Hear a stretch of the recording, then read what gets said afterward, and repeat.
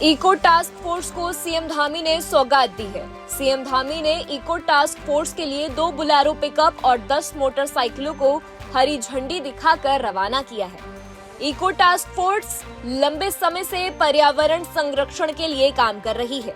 पर्यावरण संरक्षण में इको टास्क फोर्स एक अहम भूमिका निभाती है। कई बार संसाधनों की कमी होने के चलते इस फोर्स को तमाम दिक्कतों का सामना करना पड़ता है, जिसे देखते हुए मुख्यमंत्री पुष्कर सिंह धामी ने इको टास्क फोर्स को बड़ी सौगात दी है। मुख्यमंत्री पुष्कर सिंह धामी ने गढ़वाल राइफल्स की इको टास्क फोर्स को सौगात देते हुए बुलेरो गाड़ियां और मोटरसाइकिलें दी हैं। उत्तराखंड बागवानी विभाग ने 2 बुलेरो पिकअप और 10 मोटरसाइकिलों को 127वीं इको टास्क फोर्स को सौंपा है। मुख्यमंत्री पुष्कर सिंह धामी ने बागवानी विभाग का धन्यवाद भी किया है। साथ ही उनके योगदान के लिए हीरो मोटोक्रॉप के प्रति आभार व्यक्त किया है। साथ ही सीएम ने कहा, आबो हवा को शुद्ध करने और पर्यावरण को अच्छा बनाने में इको टास्क फोर्स का बड़ा योगदान है। बता दें, 127वीं इको टास्क फोर्स दूर दराज के इलाकों में काम करती है। अवैध खनन, अवैध शिकार और वनों की कटाई को रोकने में सहायक रही है। इस मौके पर सैनिक कल्याण मंत्री गणेश जोशी ने कहा कि इको टास्क फोर्स द्वारा पर्यावरण संरक्षण के लिए उत्तराखंड में सराहनीय कार्य किए जा रहे हैं। वृक्षारोपण के साथ ही पर्यावरण संरक्षण के लिए विभिन्न गतिविधियां इसकी ओर से राज्य में काम कर रही है। भारत माता की, भारत माता की, भारत माता की।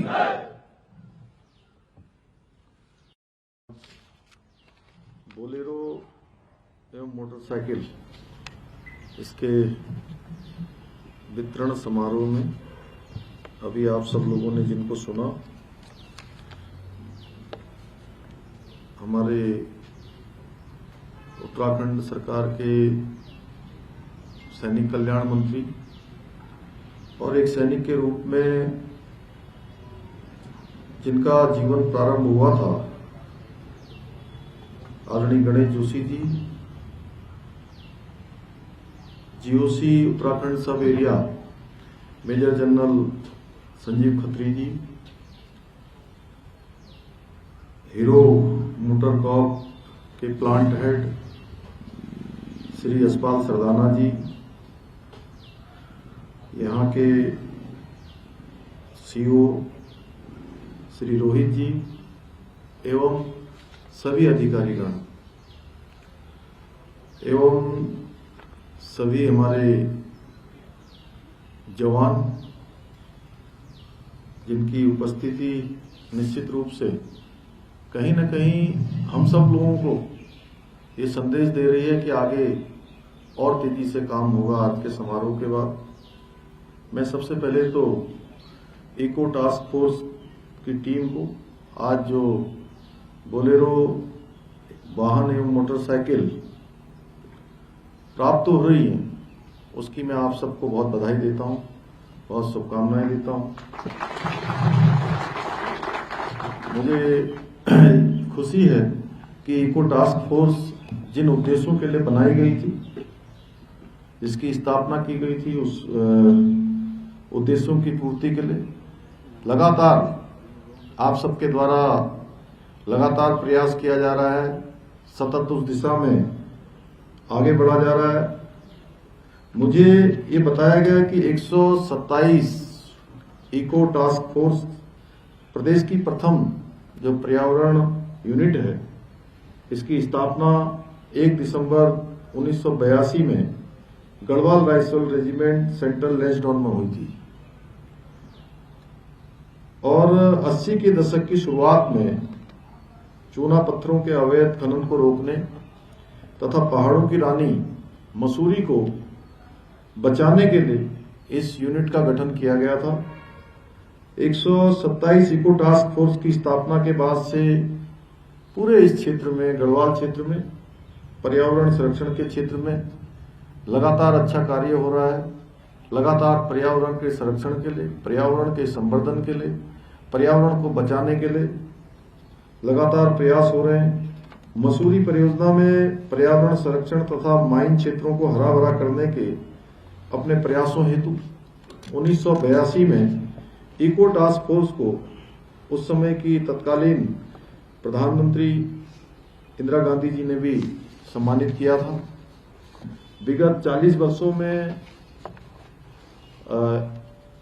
127 इको टास्क फोर्स ने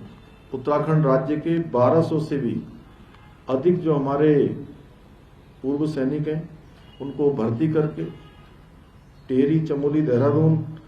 तथा सीमांत गांव माणा तथा मलारी में लगभग 20,698 हेक्टेयर भूमि पर 1,98,00,000 पौधों का रोपण किया गया है। मुझे आप सबके साथ, चूंकि जब भी मैं आप सबके बीच में आता हूं तो मुझे लगता है कि कुछ ऐसा जरूर होना चाहिए जिससे कहीं ना कहीं लगे कि जैसा जोशी जी ने बताया कि उनकी पृष्ठभूमि और हमारी सबकी पृष्ठभूमि आप सबके बीच की है। तो मुझे ये बताते हुए खुशी हो रही है कि राज्य के वन विभाग को 127 और 130 task force, eco task force की 4 वित्त पोषित कंपनियों के लिए 5 साल एफई के विस्तार की सहमति देने के लिए भी मैंने आवश्यक निर्देश जो है जारी कर दिए हैं। और इस पूरे प्रकरण को और इसके सेतु के रूप में जो हमेशा से काम करते हैं, और मुझे बड़ा अच्छा लगता है कि ये आज गणेश जोशी जी इस काम को खुद भी कर सकते थे, ये खुद ही आपका हस्तांतरण कर देते, सरदाना जी साथ में आ जाते, जनरल साहब भी आ जाते, लेकिन इन्होंने कहा मुझे कि जब तक आप नहीं आएंगे तब तक ये कार्यक्रम नहीं होगा। इसलिए मैं गणेश जोशी जी का भी आभारी हूं, इनका भी मैं धन्यवाद करता हूं। वर्तमान में इको टास्क फोर्स की कंपनियां सहिया तथा यमकेश्वर जो ब्लॉक हैं वहां पर भी पौधारोपण का काम कर रही है, मुझे बताया गया है। मुझे जानकर अपार हर्ष हो रहा है कि 127 इको टास्क फोर्स ने अपने पर्यावरण संरक्षण के कार्यों को और अधिक प्रभावशाली बनाने के लिए श्रेष्ठतम पर्यावरण संस्थानों तथा विश्वविद्यालयों के साथ भी साझेदारी की है। हम इको टास्क फोर्स के उद्देश्यों को पूरा करने के साथ साथ उत्तराखंड को पर्यावरण संरक्षण के क्षेत्र में भी अव्वल बनाने के लिए लगातार प्रयासरत हैं, क्योंकि देखिए पर्यावरण का संरक्षण और पर्यावरण का एक मॉडल अगर कोई राज्य हो सकता है तो वो जहां आप सब काम कर रहे हैं, ये हमारी देवभूमि उत्तराखंड हो सकती है, जहां गंगा है, यमुना जी हैं, हमारे अनेकों नदियां जो पूरे 12 महीने लगातार बहती हैं, लगातार चलती हैं। 71% जो हमारा भूभाग है वो वनों से आच्छादित है, यानी कि 71% फॉरेस्ट एरिया है। सुंदर सुंदर वातावरण है, पर्वतों से आच्छादित है, वनों से आच्छादित है, नदियों से आच्छादित है। पूरी देवभूमि देवों से भी कहीं ना कहीं आच्छादित है। किसी भी तरफ चले जाइए तो आपको किसी भी तरफ इधर जाएंगे तो कोई भगवान यहां मिल जाएंगे, दूसरे देवता यहां मिल जाएंगे, कोई ऐसी जगह नहीं बचेगी। और डेस्टिनेशन की जब बात करते हैं लोग, तो मैं आप हर मंच पर कहता हूं जनरल साहब कि उत्तराखंड का हर क्षेत्र एक कोने से कोना भी जो है यह भी अपने आप में डेस्टिनेशन है, यानी जहां जाइए आप वहां जाइए, वहां आपको एक नया डेस्टिनेशन दिखाया जाएगा। इसलिए मैं आप सबसे यह भी कहना चाहता हूं कि उत्तराखंड को सर्वश्रेष्ठ राज्य बनाने के लिए उत्तराखंड का नया संकल्प नए उत्तराखंड का लेकर हम आगे बढ़ रहे हैं। मुझे पूरा विश्वास है कि इस कार्य में देवभूमि उत्तराखंड के प्रत्येक जो हमारे देवतुल्य नागरिक हैं, आप सब हमारे सैनिक भाई हैं, हमारे वीर जवान हैं, उनका सहयोग हमेशा की तरह, जैसा कि जोशी जी ने बताया कि एक बहुत लंबा कालखंड नहीं, इस दूसरी बार की जो हमारी सरकार ये बनी है, दोबारा मुझे भी शपथ लेकर सेवा करने का जो अवसर मिला है, उसका 1 साल का समय अभी 23 मार्च को पूरा हुआ। और हमने कोशिश की है कि एक एक क्षण और एक एक पल राज्य के लिए लगाएं, राज्य को हिंदुस्तान के श्रेष्ठ राज्यों में शामिल कराएं। उसमें हमको आदरणीय प्रधानमंत्री मोदी जी का लगातार सहयोग भी मिल रहा है, उनका आशीर्वाद भी मिल रहा है, और उनके द्वारा जो हम उत्तराखंड राज्य के लिए अपेक्षा करते हैं वो सारी अपेक्षाओं को आगे बढ़ाने का काम, उनको पूर्ण करने का काम, उनको स्वीकृति देने का काम उनके माध्यम से हो रहा है। आप देखिए कि पहले के समय में जो हमारे बॉर्डर को जाने वाली रोडें थी वो किस प्रकार की होती थी, और सरकारें डरती थी कि रोड बनानी है कि नहीं बनानी है। कहीं ऐसा तो नहीं होगा कि हम रोड अपने देश में बना रहे हैं और हमारे पड़ोसी हमसे नाराज हो जाएंगे। तो मैं आप सबके बीच में कहना चाहता हूं कि अगर हम पिछले 9 सालों के कालखंड का लेखा जोखा निकालेंगे तो ये 9 सालों का कालखंड माननीय प्रधानमंत्री मोदी जी का पूरे आज तक की जितनी सरकारें भारत की स्वतंत्रता के बाद, देश की आजादी के बाद देश में सत्तासीन रही हैं, उन सभी पर भारी पड़ने वाली है। मैं प्रधानमंत्री जी का धन्यवाद करना चाहता हूं कि उत्तराखंड राज्य के लिए उन्होंने अनेकों योजनाओं को स्वीकृति प्रदान की है, चाहे ऑल वेदर रोडें हों, चाहे हमारा बद्री विशाल का बनने वाला मास्टर प्लान हो, केदारनाथ त्रासदी के बाद केदारनाथ का पुनः निर्माण का कार्य हो, या ऋषिकेश कर्णप्रयाग रेल लाइन हो, या आज हम जौलीग्रांट हवाई अड्डे की बात करें या अन्य हवाई अड्डों की बात करें जिनके विस्तार की प्रक्रिया आगे बढ़ रही है। तो ऐसे अनेकों कार्य हो रहे हैं। अगर मैं उसको गिनाऊंगा तो बहुत लंबा हो जाएगा। कोई क्षेत्र ऐसा नहीं है जिस क्षेत्र में यहां काम नहीं हुआ हो। मैं आज के इस अवसर पर आप सभी लोगों का बहुत धन्यवाद करते हुए, आप सबको बहुत बधाई देते हुए, और कुछ घोषणाएं यहां पर आप सबके समक्ष करना चाहता हूं कि भविष्य में जो हॉर्टिकल्चर विभाग है वो इको टास्क फोर्स को 6 भव्य पॉली हाउस बनाकर देगा, जिसमें 4 पॉली हाउस परियोजना क्षेत्रों तथा 2 पॉली हाउस बटालियन मुख्यालय में स्थापित किए जाएंगे। लोक निर्माण विभाग से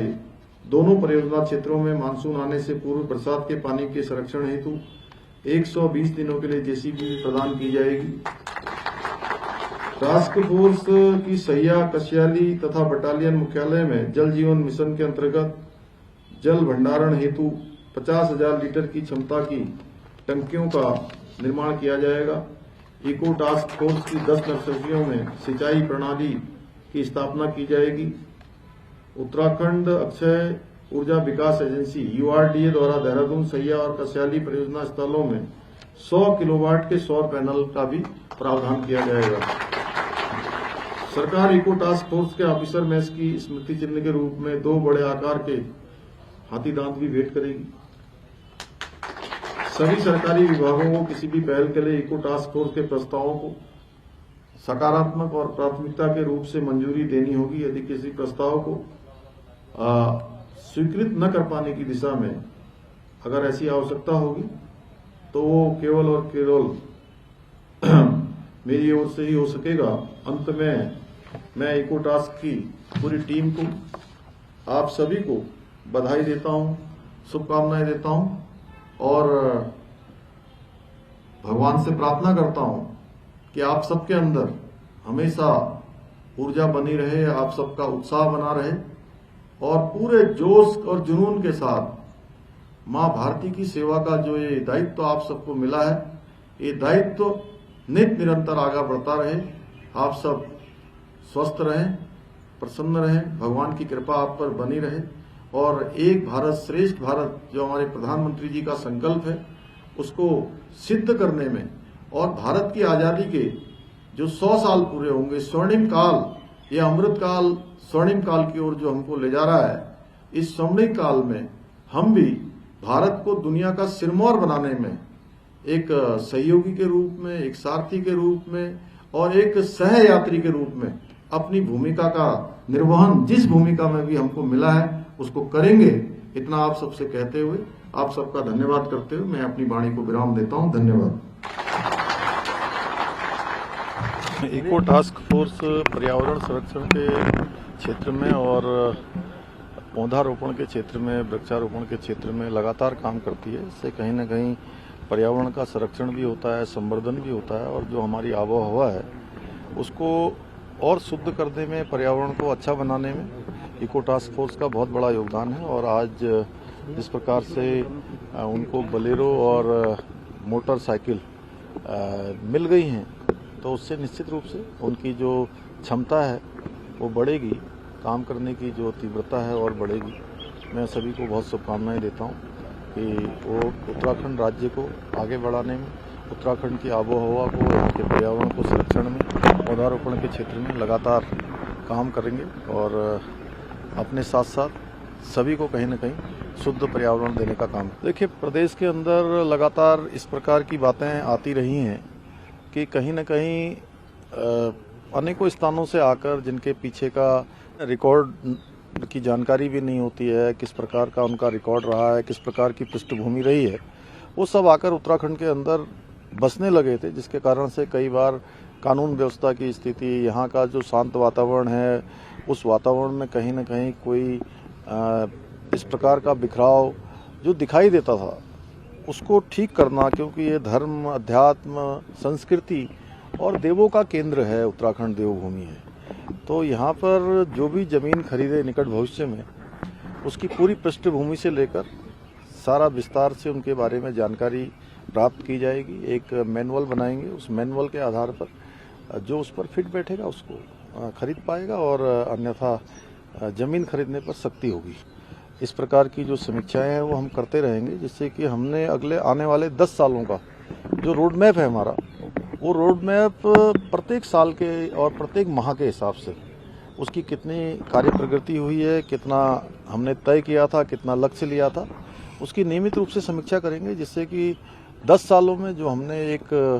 अपना राज्य का लक्ष्य लिया है कि हम एक रोड मैप बनाकर उस पर काम करें, उस पर आगे बढ़ें। तो इस प्रकार की समीक्षा से कहीं न कहीं उसमें हमको मदद मिलेगी आगे बढ़ने में।